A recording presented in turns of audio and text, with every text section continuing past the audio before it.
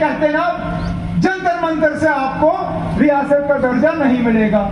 खुदारा फिर ये बीजेपी वाले बताएं ना, मुझे क्या ट्रंप के पास जाना पड़ेगा? व्हाइट हाउस में हमने 2.25 साल एक अलग तरीका अपनाया रियासत की बहाली के लिए। अब हम नया तरीका अपनाना शुरू करें। ये मोदी का वादा है। मोदी जी मेहरबानी करके अपने वादे को पूरा करिए और जम्मू कश्मीर को दोबारा रियासत का दर्जा दे दीजिए। आज रियासत ना होने का नुकसान हम सब भुगत रहे हैं। बार बार हमारे काम में रुकावट डाली जाती है। जिन इदारों पे इलेक्टेड गवर्नमेंट का कंट्रोल होना चाहिए, उनमें हमारा कंट्रोल नहीं। हैरानगी की बात, अगर अपने मुल्क के अपने हिस्से के फैसले अपने मुल्क के राजधानी में नहीं होंगे, फिर कहां होंगे? इस सवाल का जवाब मेरे पास नहीं है। शायद 9 बजे जब चैनलों पे डिबेट होगा, बीजेपी वालों को ये बुलाएं और पूछें उनसे, अगर मुझे अपने मुल्क के राजधानी में जम्मू कश्मीर की रियासत का दर्जा की बहाली नहीं मिलेगी, तो कहिए हम लोग टिकट करेंगे, हम अमेरिका जाके ट्रंप साहब के घर के बाहर एहतजाज करके वहां से स्टेटहुड मांग लेंगे। के लोगों को आप सजा दोगे, और किस बात की सजा दे रहे हो? क्या खता है जम्मू के लोगों की? बताइए हमें, क्या किया जम्मू के लोगों ने कि आज उनको इस रियासत के दर्जे से महरूम रखा जा रहा है? क्या गुनाह है? जरा बताएं, जम्मू के लोगों को हिम्मत है तो बताओ। जम्मू के लोगों, आपको इस बात की सजा दी जा रही है, इसलिए आपको रियासत का दर्जा नहीं मिलेगा। कम से कम जम्मू के लोग पहचान तो जाएं कि इनका कसूर क्या रहा है, किस बात की इनको सजा दी जा रही है। जब जब मुल्क पे हमला हुआ, जम्मू के लोगों ने उसका मुकाबला किया। आजादी से लेके आज तक जब भी मुल्क पे हमला हुआ, जम्मू के लोग सामने खड़े हुए। कहीं और बमबारी नहीं होती थी, जम्मू में बमबारी होती थी। चाहे पुंछ हो, चाहे रजौरी हो, चाहे नौशेरा हो, चाहे जम्मू के सरहद के इलाके हो। जब कश्मीर में आतंकवाद चला और वहां से लोगों को निकलना पड़ा, जम्मू के लोगों ने उनको यहां बसाया। क्या ये इस बात की सजा दी जा रही है? जब बाकी मुल्क में आजादी के दौरान आग लगी हुई थी, कत्ल गारत का सिलसिला चल रहा था, महात्मा गांधी को जम्मू कश्मीर में एक अमन का चिराग जलते हुए नजर आया। क्या इस बात की सजा दी जा रही है? हम समझ नहीं पाते ना, आखिरकार क्या किया जम्मू में? 29 सीटें दी बीजेपी को, 29। इसके बाद भी आप लोगों को तंग और सताया जा रहा है। हम तो चलिए ना, अब हम जो यहां बैठे हुए हम पुराने पापी हैं, हमें तो ये तंग करते ही रहेंगे। हम दिल्ली का प्रोग्राम करते हैं, 50 से ज्यादा लोगों को जो है हम उसमें शामिल होने के लिए चिट्ठी लिखते हैं, उनको एक नाम नजर आता है। 50 में उनको एक कश्मीर के हमारे मजहबी रहनुमा हैं, उनका नाम नजर आया। अपने पालतू चैनलों से 9 बजे के न्यूज, क्योंकि 9 बजे का न्यूज इनको बड़ा पसंद होता है, 9 बजे के न्यूज पे इन्होंने उस एक शख्स का जो है तूफान का चलाया। देखो ये नेशनल कॉन्फ्रेंस वाले, इन्होंने अलायदी पसंद लीडर को जो है दिल्ली बुलाया। मैं उन चैनल वालों से पूछता हूं, मुझे तो कई साल हो गए सुनते हुए, वो भी मुल्क के होम मिनिस्टर साहब से, कि अब कश्मीर में अलायदी पसंद लोग रहे ही नहीं। कहा या नहीं कहा उन्होंने? बार बार कहते हैं वो, जलसों में, जुलूसों में, पार्लियामेंट में, यहां तक कि बीजेपी के लीडर असेंबली में हम लोगों को ताने देते हैं कि मोदी जी ने कश्मीर में आतंकवादी सोच जो है खत्म कर लिया है। अगर आतंकवादी सोच और ये अलायकी पसंद सोच खत्म की गई है तो जिस शख्स को हमने बुलाया है वो अलायकी पसंद हो ही नहीं सकता, क्योंकि वो सोच रही नहीं।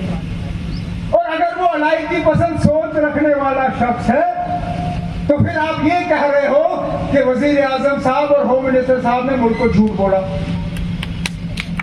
बताइए, क्योंकि दोनों चीजें सच हो नहीं सकती, दोनों चीजें सच हो नहीं सकती।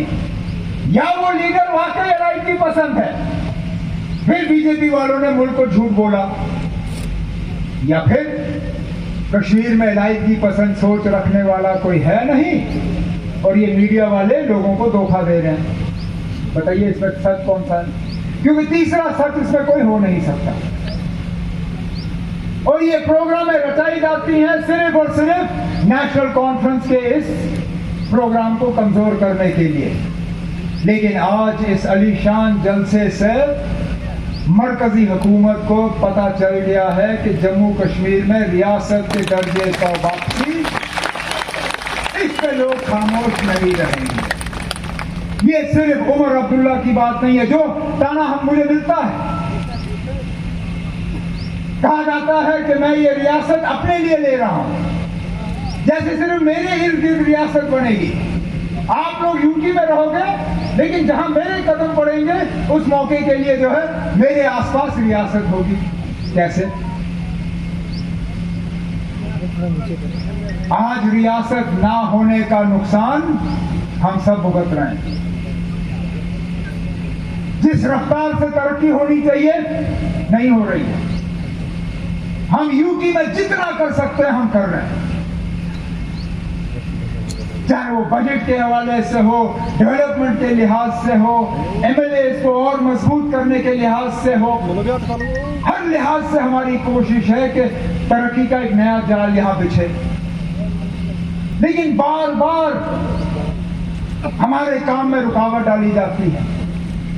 जिन इदारों पे इलेक्टेड गवर्नमेंट का कंट्रोल होना चाहिए उनमें हमारा कंट्रोल नहीं।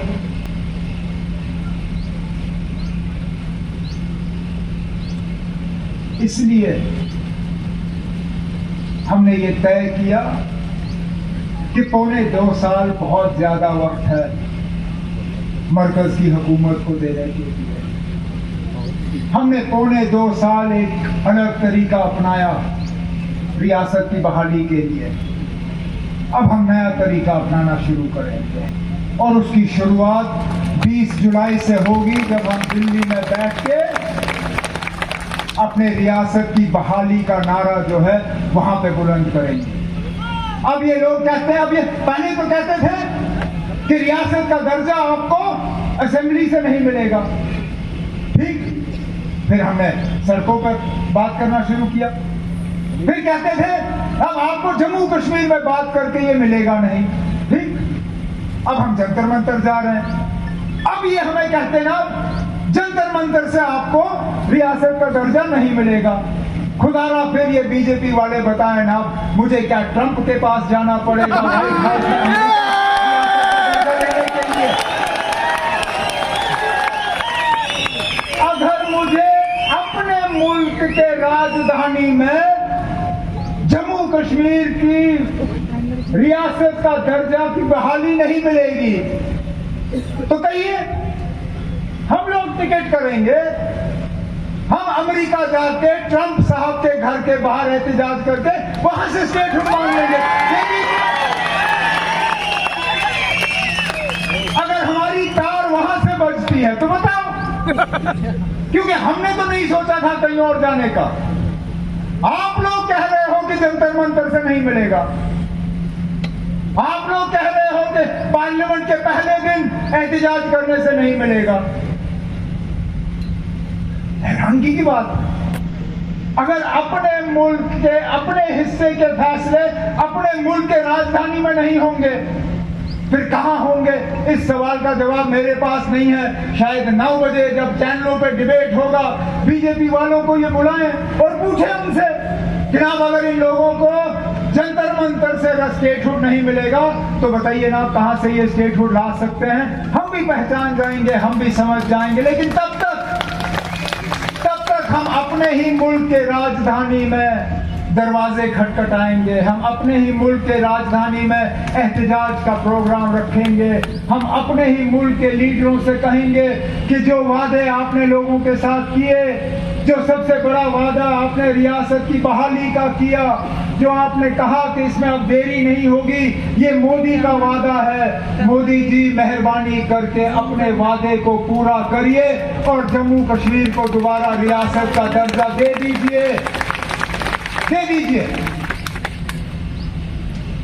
तो इस उम्मीद के साथ कि 20 तारीख को हम सब, आप सब दिल्ली नहीं जा सकते हो, लेकिन आप हमें इजाजत दीजिए कि आपके नुमाइंदों के तौर पे हम जाएंगे वहां पे और दिल्ली से जो है रियासत का दर्जा वापस मांगेंगे।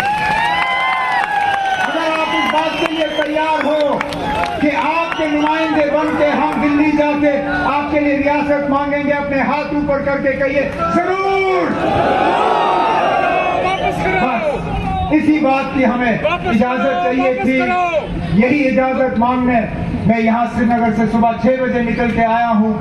रास्ते पे मैंने बहुत अपने साथियों को आते हुए देखा। मैं जानता हूँ यहाँ पे वो लोग बैठे हैं जो घर से सुबह 1 बजे 2 बजे निकले हैं इस जलसभा में पहुंचने के लिए।